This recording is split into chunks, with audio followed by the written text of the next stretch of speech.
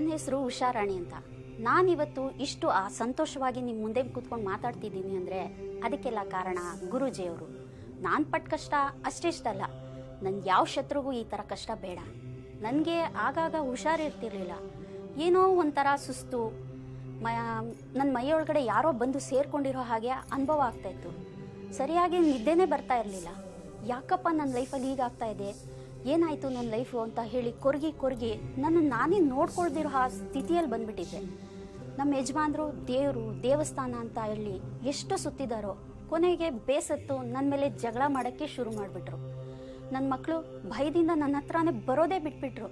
ಇದರಿಂದ ನಾನು ಏನಾದರೂ ಮಾಡ್ಕೊಂಬಿಡೋಣ ಅನ್ನೋಷ್ಟು ಬೇಜಾರಾಗ್ತಾ ಇತ್ತು. ಆದರೆ ಯಾರಾದರೂ ಒಬ್ಬರು ನನ್ನ ಲೈಫಲ್ಲಿ ನನ್ನ ಈ ಸಮಸ್ಯೆಗೆ ಪರಿಹಾರ ಕೊಡ್ತಾರೆ ಅಂತ ನನಗೆ ಅನ್ನಿಸ್ತಾ ಇತ್ತು. ಆಗ ದೇವ್ರ ಹಾಗೆ ಗುರೂಜಿಯವರು ನನಗೆ ಸಿಕ್ಕಿದ್ರು. ಆದರೆ ನಾನೇನು ನಂಬ್ತಾ ಇರಲಿಲ್ಲ. ನನ್ನ ಹಾಗೆ ಸಮಸ್ಯೆ ಇರೋರೊಬ್ಬರು ಗುರೂಜಿಯವ್ರನ್ನ ನೋಡೋದಕ್ಕೆ ಬಂದರು. ಆಗ ಆ ಹುಡುಗಿ ಮೇಲೆ ಮಾಟ ಮಂತ್ರ ಆಗಿದೆ ಅಂತ ಗೊತ್ತಾಯಿತು. ಇವಳು ಹೆಚ್ಚು ದಿನ ಬದುಕೋದಿಲ್ಲ ಅಂತ ಎಲ್ಲರೂ ಹೇಳ್ತಾ ಇದ್ರು. ಒಂದು ವಾರ ಆದಮೇಲೆ ನೋಡಿದ್ರೆ ಆ ಹುಡುಗಿ ತುಂಬ ಚೆನ್ನಾಗಾಗಿದ್ಲು. ಯಾವ ದೇವ ಪೀಡೆ ಪಿಶಾಚಿನೂ ಇಲ್ಲದೆ ಆರಾಮವಾಗಿದ್ದನ್ನು ನಾನು ನನ್ನ ಕಣ್ಣಾರ ನೋಡಿದೆ. ಆಗ ನಾನು ಗುರೂಜಿಯವ್ರನ್ನ ನಂಬಿದೆ.